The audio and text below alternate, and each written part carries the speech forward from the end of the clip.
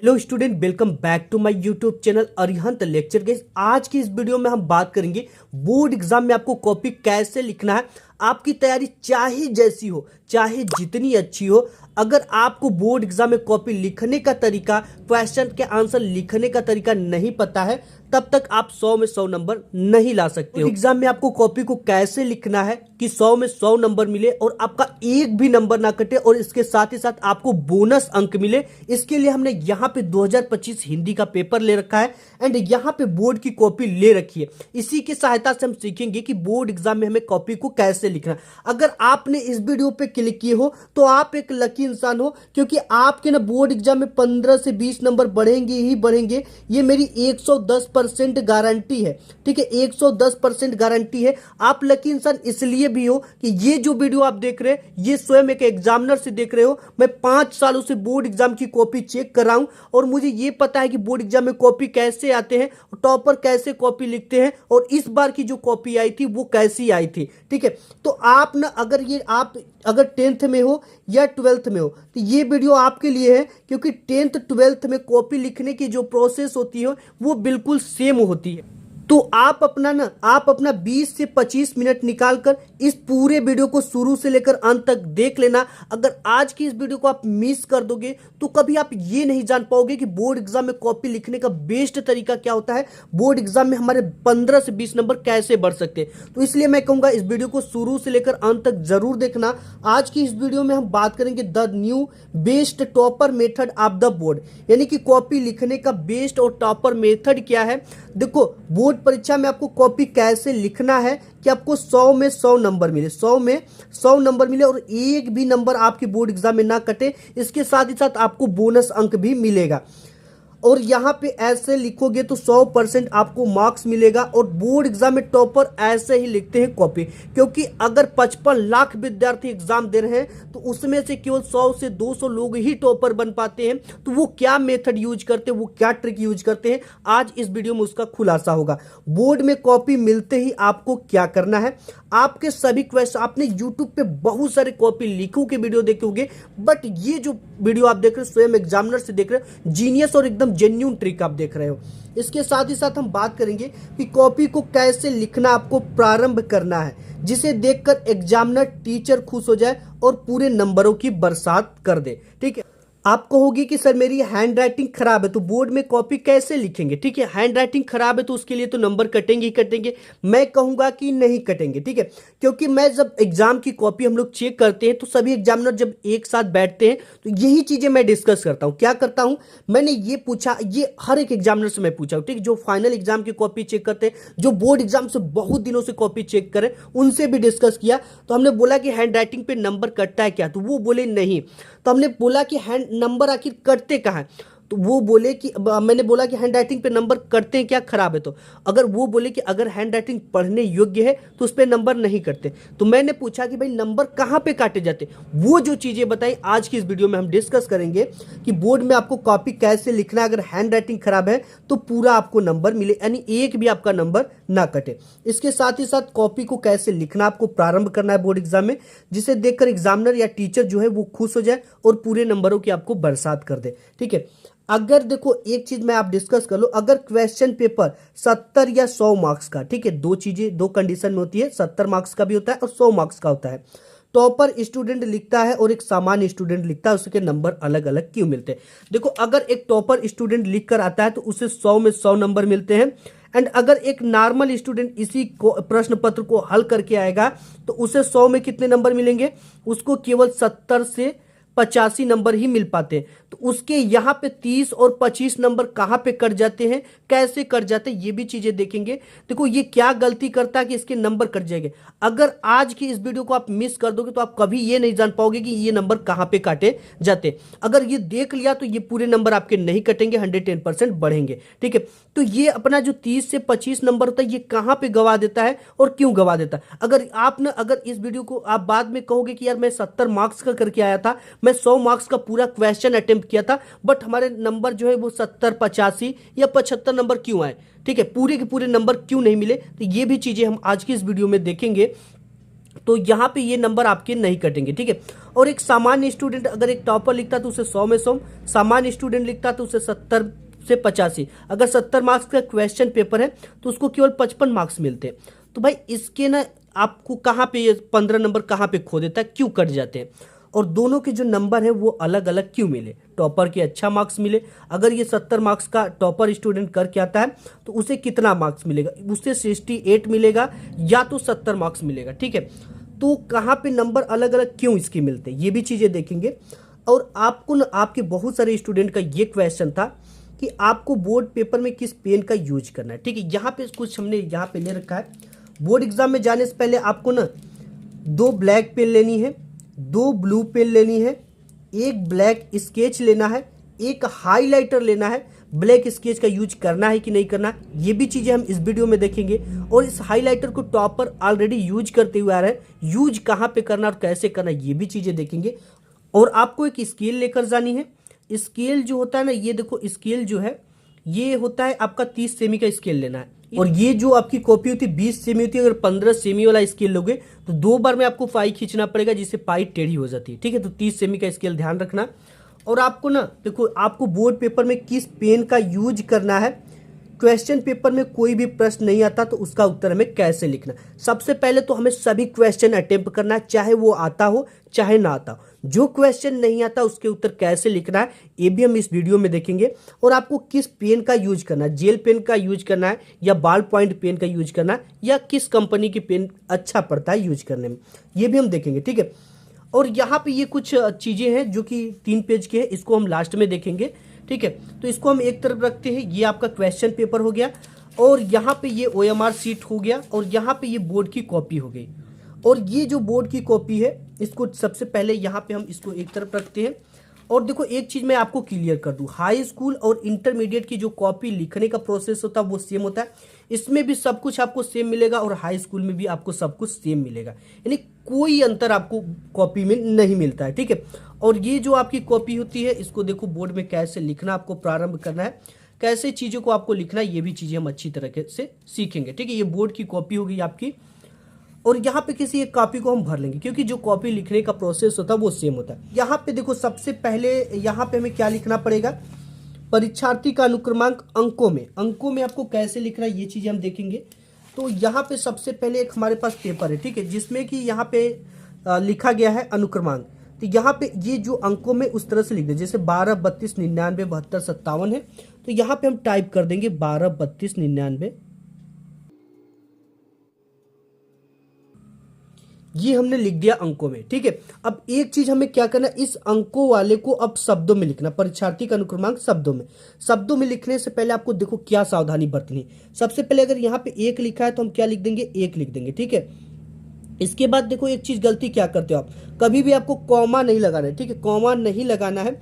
2 है तो इसके बाद जैसे यहाँ पे 2 लिखा है तो आपको सिंपली क्या करना है, 2 लिख देना है। इसके बाद 3 लिखा है तो आपको सिंपल क्या करना है, 3 लिख देना है।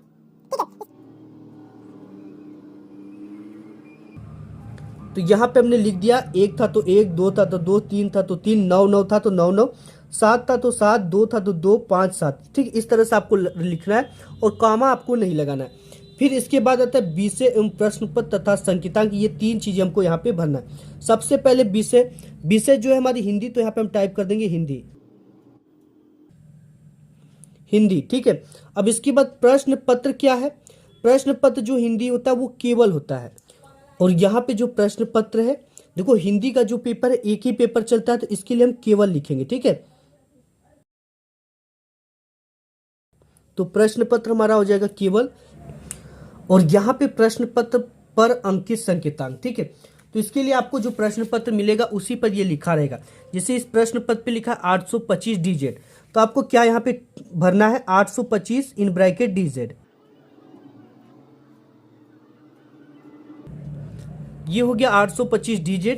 अब इसके बाद परीक्षा का दिन, ठीक है, परीक्षा का जो दिन है वो हम टाइप कर देंगे। और यहाँ पे परीक्षा का दिन जो है हमारा सोमवार को परीक्षा है, तो यहाँ पे हम टाइप कर देंगे सोमवार। अब यहाँ पे दूसरा 5वें नंबर पे परीक्षा तिथि एवं पाली, ठीक है। तो परीक्षा का तिथि जो है आपका वो लॉन्च हुआ है 24 फरवरी 2025, तो यहाँ पे हम टाइप कर देंगे 24 फरवरी 2025। 25। इसके बाद एक आपको कॉमा लगाना है, कॉमा लगाने के बाद आपको पाली लिखना है। ठीक है, पाली देखो जो हाई स्कूल का होता है प्रथम और जो इंटरमीडिएट होता है वो द्वितीय पाली होता है। तो यहाँ पे हमारा प्रथम पाली है, हाई स्कूल का हम भरे तो यहाँ पे लिख देंगे प्रथम पाली। ये हमने भर लिया। अब यहाँ पे हमें केंद्र का नाम भरना है जो कि आपके आईडी कार्ड पे जहां आपका सेंटर गया है वहां पे लिखना पड़ेगा। ठीक है, अगर गर्ल्स होगा तो आपको सेंटर नहीं गया होगा, बॉयज का जाता है। तो यहाँ पे जहां भी गया होगा, अब मैं एक सेंटर का नाम लिख देता हूं। ठीक है, तो आपको पूरा पता यहाँ पे लिख देना है, कॉलेज आगरा, ये हो गया। ठीक है, अब इसके बाद आपको कुछ भी नहीं करना, परीक्षा कक्ष संख्या अगर आपको पता है तो भर देना, नहीं तो ये सब चीजें जो है ना ये सब टीचर कर देंगे आपके। ठीक है, तो इतना आपको भर देना, ये आपकी कंप्लीट हो गया। यहाँ पे अपना अनुक्रमांक अंकों में, शब्दों में, विषय, प्रश्न पत्र, अंकित संकेतांक और यहाँ पे दिन वगैरह सब कुछ भर देना। अब इसके बाद हमें आती है कॉपी लिखने की शुरुआत करनी। हमें बोर्ड एग्जाम में कॉपी की कैसे शुरुआत करनी है, तो स्केच अलाउ है पूरी तरह से। ठीक है, आप ना स्केच ऐसा मत लेकर चले जाना जो गाढ़ा चलता है, क्योंकि दूसरी तरफ छप जाता है जिससे देखने में अच्छा नहीं लगता। तो आपका अगर स्केच अच्छा नहीं तो आप पेन का भी यूज कर सकते हो। ठीक है, ये तो 1 इंच स्केल से ज्यादा की दूरी लेकर हमने पाई खींच दिया। अब इसके बाद यहाँ पे मेन चीजें शुरू करनी है। सबसे पहला जो आपकी प्रश्न पत्र होता है, इसमें आपको बहुविकल्पी टाइप के क्वेश्चन देखने को मिलते हैं। ठीक है, तो अगर आप इंटरमीडिएट में हैं तो सबसे पहले ऊपर खंड और डालेंगे और यहाँ पे डालेंगे बहुविकल्पी टाइप के प्रश्न, और यहाँ पे पहला का डाल के पहले का जो सही होगा यहाँ पे ए डाल देंगे, दूसरे का बी। और ये हाई स्कूल में क्या है, हाई स्कूल में तो इसका OMR शीट पे लिखा जा रहा है।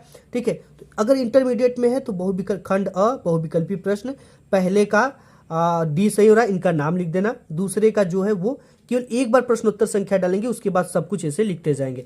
ठीक है, अब हमारी मेन चीज जो कॉपी लिखने की शुरुआत होती है वो यहाँ से होती है। देखो यहाँ से खंड ब वर्णनात्मक टाइप के प्रश्न, और यही हमारे नंबर कटते और बढ़ते हैं। ठीक है, यहीं पे हमारे नंबर कटते हैं। तो इसको शुरुआत कैसे करना है, सबसे पहले आपको खंड ब हम कर रहे हैं तो ऊपर इसके एकदम हेड पर हमें क्या लिखना पड़ेगा, खंड ब लिखना पड़ेगा। ठीक है, जैसे हम यहाँ पे टाइप लिख देते हैं खंड ब। अब इसके नीचे आपको स्केल से 2 पाई खींच लेना है। यहाँ पे हमने डाल दिया खंड ब, इसको एकदम बीच में डालना है आपको कॉपी के। अब इसके बाद खंड ब में किस टाइप के क्वेश्चन है, तो यहाँ पे खंड ब में किस टाइप के प्रश्न है, वर्णनात्मक प्रश्न है। तो हमें क्या करना पड़ेगा, यहाँ पे लिखना पड़ेगा वर्णनात्मक प्रश्न। इस तरह से आपको कर देना वर्णनात्मक प्रश्न लिखने के बाद। अब यहाँ से एक लाइन छोड़कर इसके नीचे हम डाल देंगे प्रश्नोत्तर संख्या। अभी हम 21 का उत्तर लिखेंगे तो यहाँ पे हमें लिखना पड़ेगा प्रश्नोत्तर संख्या 21 का उत्तर। यहाँ पे प्रश्नोत्तर संख्या हमने डाल दिया, 21 का करें तो 21 यहाँ पे हम डाल देंगे। ठीक है, अब इसको मैं ब्लैक स्केच से भी आपको करके दिखाऊंगा। इसके नीचे स्केल से डबल पाई खींच देनी है। यहाँ पे हमने इसके नीचे डबल पाई खींच दिया। खंड ब वर्णनात्मक प्रश्न प्रश्नोत्तर संख्या 21। ठीक है, अब इसके बाद आपको देखो लिखना क्या है। ये आपके बोर्ड एग्जाम में जो आएगा ये 6 मार्क्स का आता है। ठीक है, और हमें एक भी मार्क्स यहाँ पे अपने कटवाने नहीं है। कैसे लिखना ये चीजें, इसके नीचे 3 क्वेश्चन दिए रहेंगे, इन तीनों क्वेश्चन का हमें आंसर देना। एक क्वेश्चन हमें 2 मार्क्स का मिलेगा एंड 2 का एक 2 का। ठीक है, यानी टोटल यहाँ से 6 मार्क्स हमें गेन करने हैं। सबसे पहले तो हम क्या करेंगे, एक संकेत देंगे एग्जामिनर को, ताकि एग्जामिनर को ये पता चले कि हमने कौन सा गद्यांश किया है। क्योंकि आपके बोर्ड एग्जाम में 2 गद्यांश देंगे, एक ये देगा और एक इसका अथवा देता है। ठीक है, अथवा, तो इससे यहाँ पे ये एग्जामिनर को पता चल जाएगा कि कौन से हमने किसको हल किया है। तो यहाँ पे देखो सबसे पहले हम क्या करेंगे, शुरुआत 1 से 2 अक्षर और लास्ट के 1 से 2 अक्षर हमें हिंट्स के रूप में डालना है। हम गद्य कर रहे हैं, तो गद्यांश करें तो यहाँ पे हिंट्स के रूप में गद्य लिखेंगे। कैसे लिखेंगे ये चीजें कॉपी में देखेंगे। एक लाइन छोड़ना है और यहाँ पे डालना है आपको गद्य।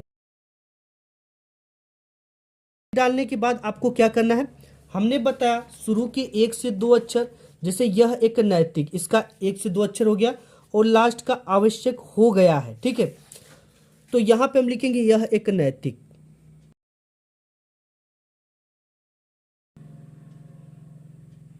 यहां पे हो गया यह एक नैतिक। इसके बाद आपको लगाना है डैश डैश डैश।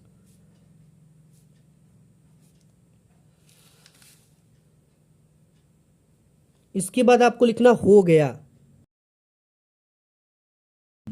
देखो इसका लास्ट अक्षर यही है, हो गया है, तो यहां पे हम लिख देंगे हो गया है। ये हो गया, ठीक है, ये हमारा गद्य हो गया। अब देखो एग्जामिनर को ये पता चल जाएगा कि आपने किसको, अगर आप अथवा का कर रहे हो तो यहाँ पे आपको अथवा लिखना पड़ेगा, ठीक है, ये हो गया। इसके बाद हम क्या लिखना है, पहला क्वेश्चन इसमें आ जाता है आपको, पहला कि उपयुक्त गद्यांश का संदर्भ लिखिए।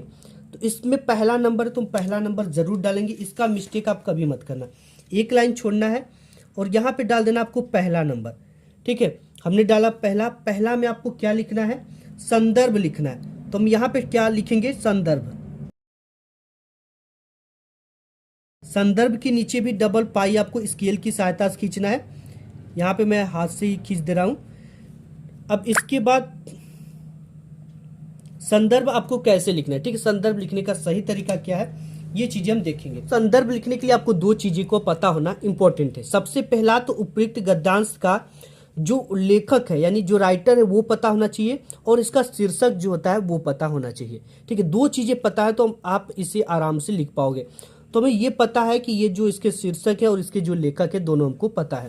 तो सबसे पहले हम क्या लिखेंगे, इसकी शुरुआत कैसे करेंगे कि प्रस्तुत गद्यांश हमारी पाठ्य पुस्तक, इतना चीजें लिखेंगे।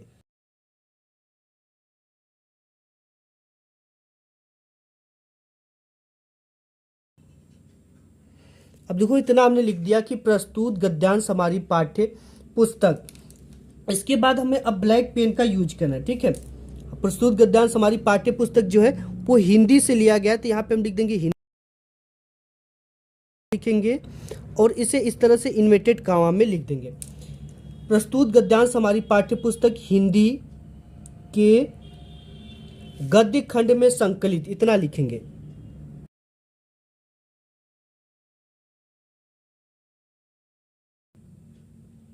ये हो गया हमारा हिंदी के गद्य खंड में संकलित। ये किस पाठ से लिया गया, ये चीजों को हम ब्लैक पेन से लिखेंगे। तो ये किस पाठ से लिया गया है, ये पाठ से लिया गया भारतीय संस्कृति। तो इसको जब भी हम लिखेंगे तो ब्लैक पेन से लिखेंगे और इन्वर्टेड कॉमा में लिखेंगे।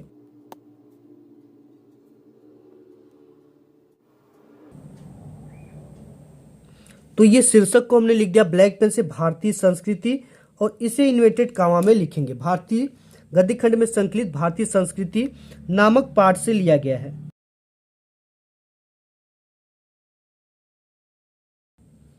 इतना हो गया, नामक पाठ से लिया गया। और इस पाठ के लेखक, ठीक है, आप ये लिखोगे इस पाठ के लेखक या रचयिता दोनों लिख सकते हो। तो हम लिखेंगे इस पाठ के लेखक,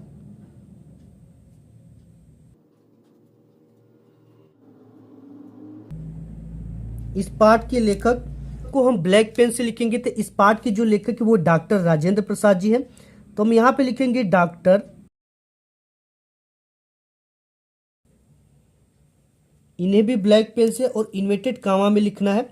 यहां पर भी इन्वर्टेड कॉमा को क्या करना है, बंद कर देना है। अब इसके बाद जी है, लिख देंगे यहां पे राजेंद्र प्रसाद जी हैं। अब यहाँ पे इतना ऐसे लिख कर आओगे तो आपका 2 नंबर पक्का हो गया। अब 2 नंबर के लिए हमें क्या करना है, दूसरा नंबर देखो यहाँ पे दूसरा नंबर है कि रेखांकित अंश की व्याख्या कीजिए। अब व्याख्या किसकी करनी है ये इंपॉर्टेंट है। देखो यहां से लेकर यहां तक रेखा के नीचे एक लाइन खींचा गया, एक रेखा खींचा गया इस तरह का, इसका व्याख्या हमें अपने शब्दों में करना होता है। यानी कि जैसे अपने शब्दों का मतलब क्या है, यह एक नैतिक और आध्यात्मिक स्रोत है, ठीक है। यह एक परंपरा है, नैतिक का मतलब परंपरा, आध्यात्मिक स्रोत है, स्रोत यानी प्रवाह है जो अनंत काल से यानी बहुत समय से प्रत्यक्ष जो दिखाई दे या अप्रत्यक्ष जो न दिखाई दे रूप से संपूर्ण देश में बहता रहा है, ठीक। इस तरह से नहीं, थोड़ा सा अपने शब्दों में बनाकर लिख दो, अगर नहीं आता तो आप इसको बिल्कुल भी उतार देना, ठीक है। तो इसी चीज को हमें लिखने से पहले ये कितने नंबर पे, दूसरे नंबर पे, तो यहाँ पे हेडिंग डालेंगे रेखांकित अंश की व्याख्या। जब भी व्याख्या हेडिंग डालेंगे तो 2 लाइन आपको छोड़ देना है और यहाँ पे आपको डालना क्या है, रेखांकित अंश की व्याख्या, ठीक है। दूसरे नंबर पे हम क्या डालेंगे, रेखांकित अंश की व्याख्या।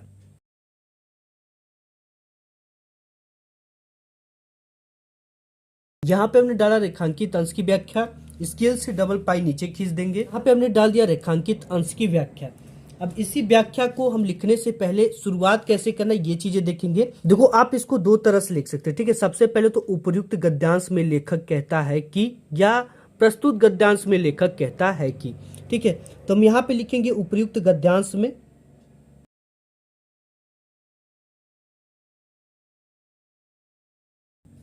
अब देखो हम ऊपर लिख देंगे कि उपयुक्त गद्यांश में लेखक कहता है कि, अगर ये पद्यांश होता तो कवि होता, और यहाँ पे ये गद्यांश है तो हम यहाँ पे लेखक लिखे। यहाँ पर भी अगर इस पाठ के लेखक, अगर ये पद्यांश होता तो यहाँ पे हम क्या लिखते, कवि लिखते। ठीक है, ये इंपॉर्टेंट चीज़ है, इसको ध्यान रखना। ये भी हम आगे बताएंगे आपको कि कहाँ पे क्या चीज़ों की जरूरत पड़ती है। यहाँ पे ये लेखक थे तो लेखक, अगर कवि होते तो कवि, अगर जैसे सूरदास तुलसी हो गए तो इनको रचयिता आप लिखोगे। उपयुक्त गद्यांश में लेखक कहता है कि, इसके बाद आपको इसी का अनुवाद हिंदी में पूरा यहाँ पे भर देना। ठीक है, कैसे लिखना है ये चीजें मैं लिख लेता हूँ। यहाँ पे देखो इस तरह से पूरी फाइनल हमारी कॉपी लिखा गई है। खंड ब भी हमने डाल दिया। यहाँ पे मैंने स्केच का यूज किया था। ठीक है, अगले में क्या किया था, ब्लैक पेन का किया था। खंड ब वर्णनात्मक प्रश्न, प्रश्नोत्तर संख्या, गद्य के लिए ये किया, संदर्भ इस तरह से लिख दिया। रेखांकित अंश की पूरा कि प्रस्तुत पंक्ति में लेखक कहता है कि हमारे देश में प्राचीन काल से ही नैतिक आध्यात्मिक स्रोत प्रवाहित होता आया है। उस प्रवाह को हमने अपने बीच साकार रूप से चलते फिरते हंसते रोते भी देखा है। अब यहाँ पे इंपॉर्टेंट चीजें क्या है, अब यहाँ पे 2 लाइन विस्तार, यहाँ से हम कुछ भी शुरू नहीं करने वाले हैं। यहाँ पे तीसरा क्वेश्चन है कि हमें अमृत की याद दिलाकर किसने हमारे मृत शरीर में नए प्राण फूके हैं। तो ये इस क्वेश्चन का आंसर आपको इसी में से ढूंढना पड़ता है। नैतिक और आध्यात्मिक स्रोत है जिसके द्वारा हमें, जिन्होंने हमें अमृत की याद दिलाकर हमारे मृत शरीर में नए प्राण फूके। इसको कैसे लिखना है, इसको जब भी आपको लिखना है तो नेक्स्ट पेज से लिखना है। देखो हमने नेक्स्ट पेज पर आ चुका है और तीसरा नंबर डालेंगे, नैतिक एवं आध्यात्मिक स्रोतों द्वारा ही मृत शरीर में नए प्राण का संचार हुआ है। अब देखो इसके बाद अगर क्वेश्चन आपका कौन सा आ जाता है, 22 नंबर आ जाता है। ठीक है, जब भी हम 22 नंबर क्वेश्चन को हल करेंगे तो 3 से 4 लाइन को हमें छोड़ना है। ठीक है, कितने लाइन को, देखो 1 2 3, इससे शुरुआत करना है। ठीक है, अब हमें प्रश्नोत्तर संख्या 22 डालना, तो यहाँ पे हम डालेंगे प्रश्नोत्तर संख्या 22। तो इसके देखो 3 से 4 लाइन का गैप करके ही आपको प्रश्नोत्तर संख्या 22 डालनी है। अगर ये थोड़ा सा बचता है 3 से 4 लाइन तो नेक्स्ट पेज से आपको शुरुआत करना है। और इसके साथ ही साथ आपको जीवन परिचय कैसे लिखना है, आपको प्रार्थना पत्र कैसे लिखना है, निबंध कैसे लिखना है, ये आगे हम देखते हैं। कहोगे, अब देखिए आप कहोगे कि हमारे हैंड राइटिंग खराब है तो हमें बोर्ड एग्जाम में कॉपी कैसे लिखना है। यहाँ पे देखो हैंड राइटिंग पुअर है। ठीक है, बट इसमें लिखने का तरीका क्या होता है, देखो सर से आपकी ये जो पेन है, पेन की मोटाई इतना शब्दों से शब्दों के बीच की दूरी होनी चाहिए। और आपको एक चीज ध्यान देना कि आप जिस भी एंगल पे लिखते हैं, कोई बच्चा इस तरह से तिरछा लिखता है, कोई 90 डिग्री पे लिखता है, कोई अधिक कोण पे यानी 90 डिग्री से अधिक कोण पे लिखता है, पूरी कॉपी उसी पैटर्न पे लिखा होना चाहिए। यानी कि कोई आपको न्यून कोण पे लिख दे, कोई आपका समकोण पे लिख दे, कोई अधिक कोण पे लिख दे, कोई यानी कि 90 अंश से अधिक के कोण पे लिख दिए। ठीक है, ऐसा नहीं करना, जिस भी एंगल पे लिखते हो पूरी कॉपी उसी एंगल पे लिखी होनी चाहिए। ये चीजें ध्यान देना है। और आपको बोर्ड में किस पेन का यूज करना है, आपको सदैव बॉल पॉइंट पेन का यूज करना है। आपको किसी भी तरह का जेल पेन और रंगीन पेन का यूज नहीं करना है। अगर आप जेल पेन का यूज करोगे तो दूसरी तरफ छप जाएगा जो कि देखने में काफी पुअर लगेगा। ठीक है, तो आपको इससे बचना है। एंड और भी नेक्स्ट आपको देखो नंबर कहाँ पे करते हैं, अगर इस तरह की हैंड राइटिंग होगी शुरुआत में, देखो यहाँ पे सबसे पहले मैंने आपको बताया था कि देखो आपके नंबर नहीं कटेगी। देखो जो भी एग्जामिनर होता है कॉपी चेक करता है वो काफी फास्ट होता है और पर कॉपी चेक करने का पैसा मिलता है। तो शुरुआत के 2 से 3 पेज आपको वही प्रश्न करने जो आपको अच्छे से आते हो और आपको बिल्कुल कट पिट नहीं करना है। ठीक है, जैसे अगर आप राम लिख रहे थे तो लिखा क्या गया रामा। रामा जब भी लिखा जाए तो आप अगर नहीं काटो तो अच्छा है। ठीक है, अगर काटते भी तो आपको एक बार इस तरह से काटना है। बहुत सारे बच्चे क्या करते हैं कि कैसे काटते हैं, इस तरह से काट देते हैं जो कि हाईलाइट बन जाता है और देखने में पुअर लगने लगता है। तो आपको इस चीज का ध्यान देना कि कट पिट बिल्कुल भी 2 से 3 पेज में आप बचना है, नहीं करना है और साफ सुथरा कॉपी लिखना। अगर एग्जामिनर देख लेगा कि अगर फर्स्ट 2 से 3 पेज में अच्छा लिखा है और वही क्वेश्चन किया जिसके प्रश्नों के उत्तर जो भी लिखा है वो सही लिखा है, तो औसत नंबर पूरी कॉपी में देता चला जाएगा क्योंकि एग्जामिनर काफी फास्ट होता है। ठीक है, और इसके साथ ही साथ बोर्ड की कॉपी में आपको कभी भी गलत चीजें नहीं लिखना है। ठीक है, जैसे बहुत सारे बच्चे आत्महत्या लिखते हैं, इस बार भी प्रश्न आप कॉपी में मिला था। ठीक है, गालियां कस्में लिखते हैं, प्रेम पत्र लिखते हैं, धार्मिक चिन्ह बनाते हैं। ठीक है, कुछ बच्चे 786 लिख देते हैं, कुछ बच्चे जो है स्वास्तिक का चिन्ह बना देते हैं, कुछ बच्चे ओम लिख देते हैं, कुछ बच्चे अल्लाह लिख देते हैं। तो ये सब चीज़ें आपको कदापि नहीं लिखना है, इसको बोर्ड अलाउ नहीं करता। आप पे चाहे तो टीचर कार्रवाई कर सकता है। तो इन सब चीज़ों को आपको बोर्ड एग्जाम की कॉपी में नहीं लिखना है, ना ही कोई प्रेम पत्र आपको लिखना है। ठीक है, नहीं आता उससे मिलता जुलता कीवर्ड, अगर कोई भी क्वेश्चन आपको बोर्ड एग्जाम में नहीं आता तो आपको सिंपली ये चीज़ें आज जानते हो कि प्रस्तुत गद्यांश हमारी पाठ्य पुस्तक हिंदी के गद्य खंड में संकलित आपको नहीं पता है, ब्लू पेन से लिखो। नामक पाठ से लिया गया एक दो पाठ का कोई भी नाम याद हो उसको डाल दो। पाठ के लेखक एक दो पाठ के जो याद हो उसको लिख देना। जी है, अगर एग्जामिनर पढ़ भी लेगा तो 1 नंबर तो देकर ही जाएगा। ठीक है, रेखांकित अंश की व्याख्या में भी यही ट्रिक लगानी है आपको। इस तरह से कॉपी की शुरुआत कर देना। दूसरा, रेखांकित अंश की व्याख्या, हेडिंग डालने के बाद प्रस्तुत पंक्ति में लेखक कहता है कि, इतना लिखने के बाद आपको जो रेखांकित अंश है उसी को भर देना है, तो भी आपको नंबर यहाँ पे मिल जाएंगे। कोई भी क्वेश्चन छोड़कर नहीं आने, हमें ऑल क्वेश्चन को अटेम्प्ट करना है। नहीं आता तो बना कर अपने से अपने शब्दों में कीवर्ड में लिखेंगे। ठीक है, ये होगी पूरी कॉपी बोर्ड परीक्षा में। ये चीजें नहीं लिखना। और बोर्ड परीक्षा में प्रश्नों को, भाई प्रश्नों को सीरियल से लिखने की कोशिश करना, क्योंकि टीचर ना इससे बहुत ज्यादा प्रभावित होते।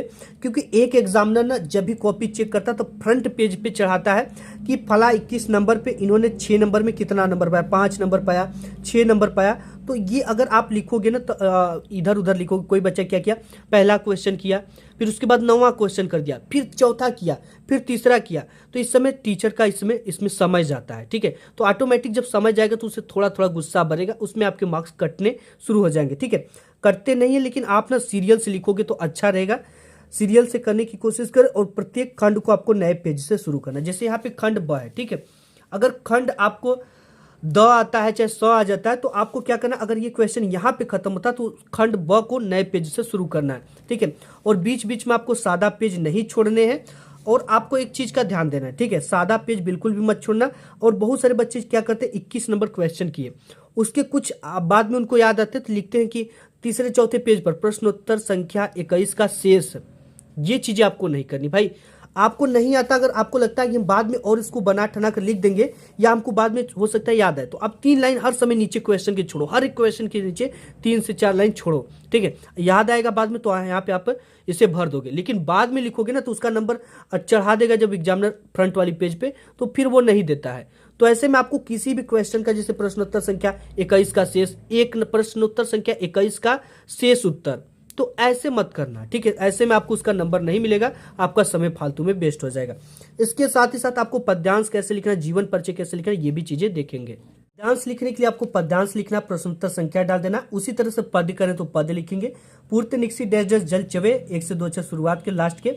संदर्भ इस तरह से लिखना है। पहले में देखो यहाँ पे हिंदी है, अब खंड यहाँ पे देखो प्रस्तुत पद्यांश हमारी पाठ्य पुस्तक हिंदी के काव्य खंड में। ठीक है, या तो आप काव्य खंड लिखोगे या तो पद्य खंड में। संकलित वन पद पर ब्लैक पेन से नामक पाठ से लिया गया। इस पाठ के रचयिता यहाँ पे तुलसीदास जी है।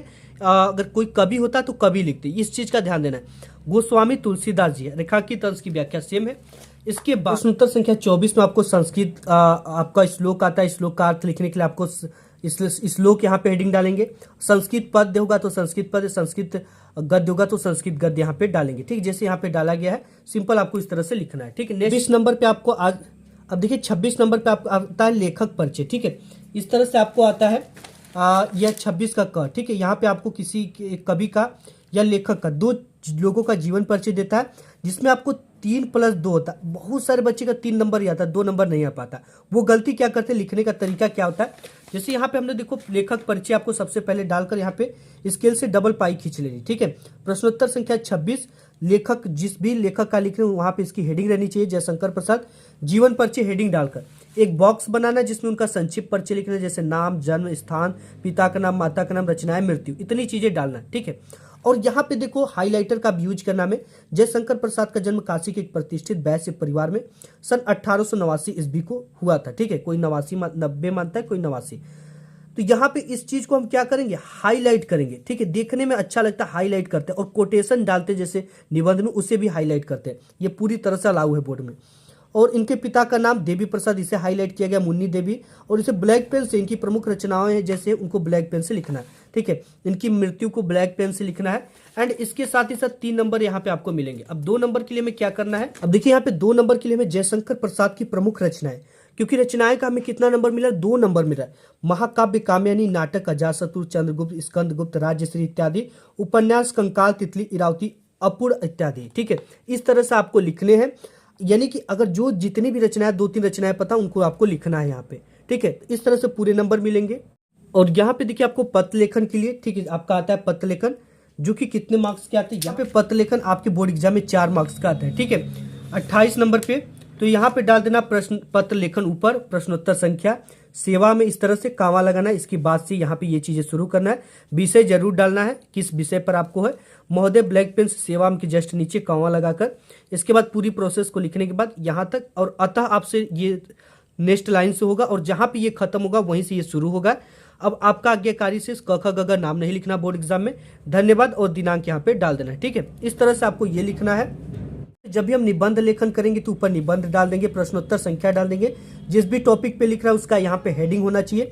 रूपरेखा सबसे इंपॉर्टेंट है, इससे ये पता चलता है कि आपने इस इतने हेडिंग के अंतर्गत इस पूरे निबंध को कवर किया है। प्रस्तावना, प्रदूषण के प्रकार, ठीक है, ये चीजें आप देख लो। प्रस्तावना, और यहाँ पे देखो हाईलाइटर का यूज किया गया। आपने जब भी आप कोई ये लिखो निबंध, तो वहां पे आप क्या करो, एक कोटेशन डाल दो। ठीक है, जैसे कि पर्यावरण प्रदूषण एक काल है, चाहे कुछ भी, एक ब्लैक पेन से पहले कोटेशन डाल दो, उसके बाद ये सब चीजें लिखो। इससे एग्जामिनर काफी ज्यादा प्रभावित होता है। और जब भी कोटेशन डाला तो इतने लाइन का इतने दूरी पर करना, जैसे यहाँ पे कुछ डाल दिया फिर उसके नीचे ये चीजें, ठीक है, नहीं कि पूरी लाइन यहाँ पे ले, इतना और इतना, इसके बाद ये सब चीजें लिखो। और यहाँ पे जैसे ब्लैक पेन से लिखा प्रदूषण का अर्थ, ठीक है, अपने आसपास का वातावरण दूषित हो जाना, पर्यावरण प्रदूषित, इसकी परिभाषा है, जिसे ब्लैक पेन से इन्वर्टेड कॉमा में और इसे हाईलाइट करके लिखना है। ठीक है, इससे एग्जामिनर काफी ज्यादा प्रभावित होता है। तो इस तरह से आपको पूरी कॉपी लिख कर आना है। आज की इस वीडियो में बस इतना ही, मिलूंगा एक नेक्स्ट वीडियो में, तब तक के लिए धन्यवाद।